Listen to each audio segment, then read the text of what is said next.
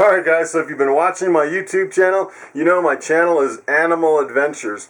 And I have a lot of animals. I have cows and snakes, dogs and puppies, rats and mice, a tortoise, a tarantula, some frogs. I'm even getting into feeder insects, so I have a lot of stuff going on. But today I want to shift gears and I want to kind of focus on you guys that are striving to be YouTube creators. And I know it's tough getting started, and I want to give you some hints along the way. I know you're trying to follow my footsteps, and I kind of want to give you some of my stats as far as my success recently. I've been doing pretty well, and I also want, specifically in this episode, I want to show you which camera that I've been using for my YouTube channel. And if you look back at almost all my YouTube channels, I use the same camera. As a matter of fact, my camera broke and I bought another camera, exactly the same camera, and I dropped it on the concrete a couple times, and I thought, oh, if my camera goes out, I need a backup, so I bought another camera, and that third camera is exactly the same camera as my other two cameras. So I want to show you all the pros and the cons of which camera that's perfect for me for my YouTube channel. Okay, before I show you which camera I'm using, I want to cover the intended purpose of the camera. And not all YouTubers are going to use the same camera. So for example, I'm always outside with my animals in the rain and the snow, and you know, I'm pretty hard on my cameras. They're going through a rough time. I want a camera that can withstand the rigors of my animal adventures.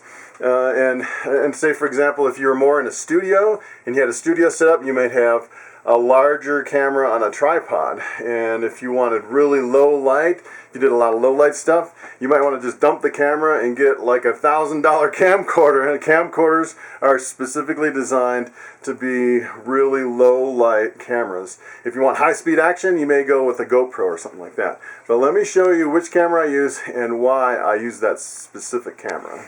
Okay, so here is my new camera, my third camera. They're all exactly the same, and it's a Sony. And the model, if you look on the top, it's actually DSC HX5. And there's also an HX5V it's kind of an advanced version of this, and I chose not to go with that. I chose to go with this one. And I'd say the number one reason that I'm going with this particular camera is the price. So I actually bought this camera brand new from the Sony website about 5 years ago. It was about a $400 camera after shipping and taxes and everything. And now you can pick up this camera really, really cheap. I buy them on eBay. You can buy them for like $25, and I shop around and I get cameras like this that are almost in brand new condition. I got this one with shipping, no tax, out the door for $40, and it came with a SD card, a battery, and a charger. So the number one reason is the price point. So one of the reasons I want a really cheap camera that does really well is to me, it's almost like a disposable camera. My first one, the image stabilization started going out, and it seemed like everywhere I kind of moved the camera, everything was real shaky. And if you look back at a couple of my videos, there was a few that were almost unbearable that I was still filming while I was waiting for another camera to arrive. So now I kind of have a backup camera, and these are so cheap. You could buy 3 or 4 of them and just throw them in your dresser drawer. And if something happens to your camera, if you break it, or I've had this happen before, I'm getting ready to shoot, you know, I'm making videos every day. I'm getting ready to make a video, and where's my camera? I can't find my camera. I'm pretty much shut down. Or if you drop it in a bucket of water or on the concrete, then you're shut down for a few days while you buy another one. So it's really nice to have a cheap camera that does really well, that you can easily afford, and especially if you're just starting out. And I've had some people say, you know, I'm trying to use the camera on my laptop because I can't afford a camera. This is the camera you want to use. Let me tell you, it's really cheap. Almost anyone can afford $40. Okay, the number 2 reason that I chose this specific camera is that it is really small. It fits in the palm of your hand. I can put it in my pocket. It is extremely small, and I'm always carrying a camera all the time for my animal adventures. I want something really small. It's about as small as a deck of playing cards, I'd say, and I can easily fit it in my pocket. And other cameras, you know, they have more features. They're more advanced. but I can't really conceal them and fit them in my pocket when I'm out working with the cattle. I want something small, something I can tuck in my pocket. If something happens, you know, something interesting, the bulls start fighting or something, I want to be able to pull out my camera and catch that action. So the next thing I really like about this camera, specifically, it's got an advantage over other cameras, is take a look at the lens. And the lens has a protective cover that comes down over the glass. So a lot of cameras don't have the automatic lens cover, and I would think that if you lost the lens cap or if it came off, you'd scratch the lens a lot easier. And if you scratch the lens, it affects all your videos. So for a rugged camera that protects the lens, this is the camera for me. So another thing I really like about this camera is that it's very good in pretty poor lighting. I do a lot of my videos in here in my snake room, my reptile room, and the only lighting I really have is 2 LED bulbs up here. They're kind of just screwed into the top. I don't really have any studio lighting or any other lighting, and it really shines, I'd say, as far as taking pretty decent videos in the lighting. So let me show you. I mean, if I just pulled out one of my snakes over here, this girl I just started pairing her up recently, getting ready to breed her, and this is my pastel spider desert ghost female, and just look at the colors. The color saturation on the video, I think, is fantastic for just 2 little LED screw-in bulbs from above. It's pretty amazing. And when I review the videos, that color that you're seeing right there is the same color as the actual snake. The color clarity and I guess the reality of the color is really spot on, even in really poor lighting, which I really like. Okay, so when my camera actually broke and I had that image stabilization problem, one of the biggest things that I was kind of struggling with, I actually used someone's camera, and they gave me another Sony camera that was more of a high-end camera, and it was almost the same size. It looked almost exactly the same, and I used it. I tried to use it for a couple videos, and I didn't like it at all. And one of the reasons was, believe it or not, it's the little the start and stop button right on top, right here. And what I like to do is, when I'm taking videos, is what I'm doing is I'm holding the camera just like this, and I just hit the on button, and that's the way I take a video. I hit the on, and then I hit the off, and I'm looking right at the camera. That's basically, when I look at you, I'm looking at the camera. That's basically what I see. And some cameras, they have this button hidden, like over in the back on the side, and it's almost like you have to turn it around, hit play, and then turn it back to record.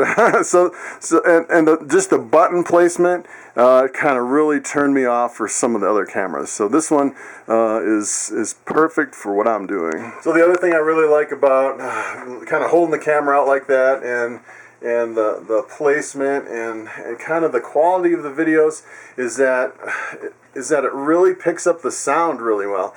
And I know some people kind of get further of a distance away from the camera, and you really can't hear, and I really like to have the camera up close, so it's almost like I'm talking to someone face to face. It's about the same distance for me as I would be talking to someone face to face, and I think the volume really picks up well, and the button placement for me is really essential. So one of the other big things that really sold me on this camera is the zoom. And if you notice, on some cameras, the zoom doesn't zoom out far enough. I think if you zoom way out on this one, it's like an equivalent of like 23 millimeters or 25 millimeters, something like that. So you're actually seeing more of an expanded view versus just looking like through a pane of glass. It's more of a, if you look in your rearview mirror and it says objects appear smaller than they actually are, that's kind of the view that you're seeing. Everything is kind of, it grabs more of the scene. And I tried that other Sony camera, and I think the smallest zoom was like 55 millimeters or something like that. And I was recording like this. I couldn't get my hand far enough away to capture my whole face and everything around me. And I think the zoom out, the minimum zoom, is kind of what really sold me on this camera, especially for filming in here, kind of the vlog style that I do.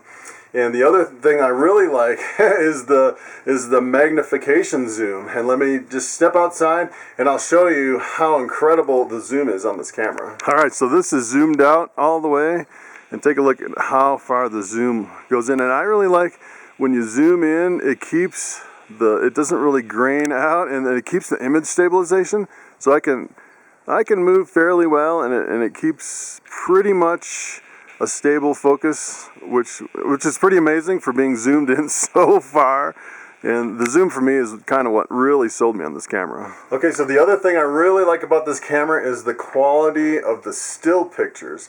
And that's really a bonus for me. If you look back at all my thumbnails for the last, probably 200 videos, I've taken all those pictures with this camera. And the only downside is that they're a little soft, I would say. So I add a little sharpness correction in a photo editor, and I also add usually a little contrast and a little less brightness.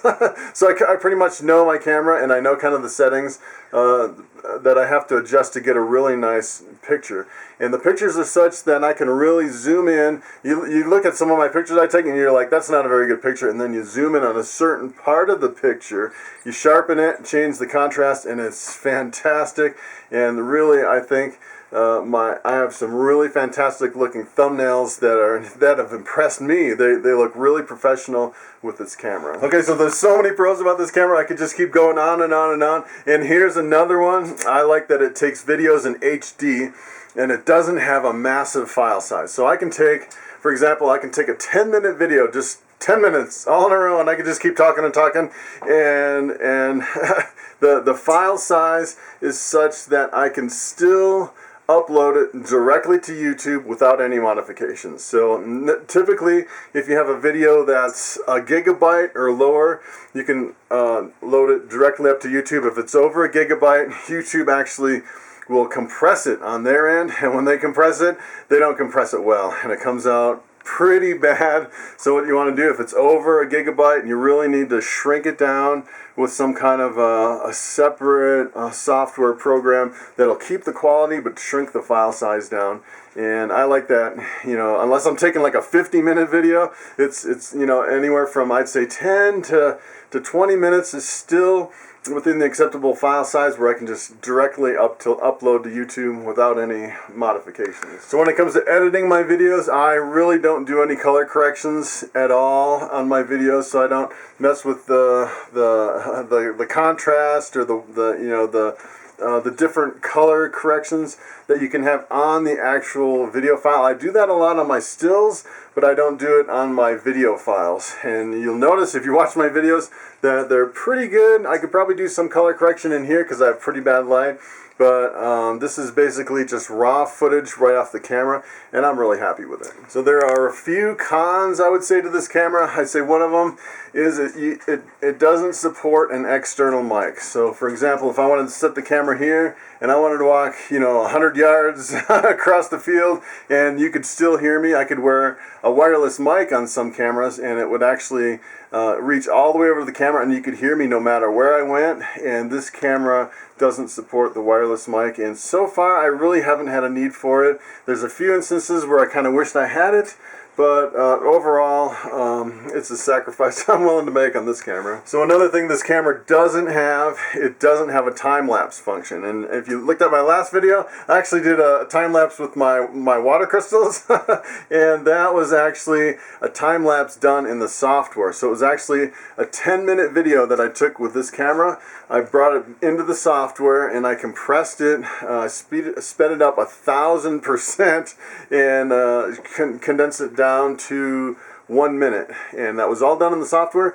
And I don't really feel like I have the need for a time lapse on my camera, although we do have another camera that takes pictures like every 7 minutes or 9 minutes, and we use that at the reptile shows just to kind of show you what's going on at the reptile show, and that's kind of cool. And this camera doesn't have that function. So I'd say one of the most frustrating things with this camera is the battery life isn't very long.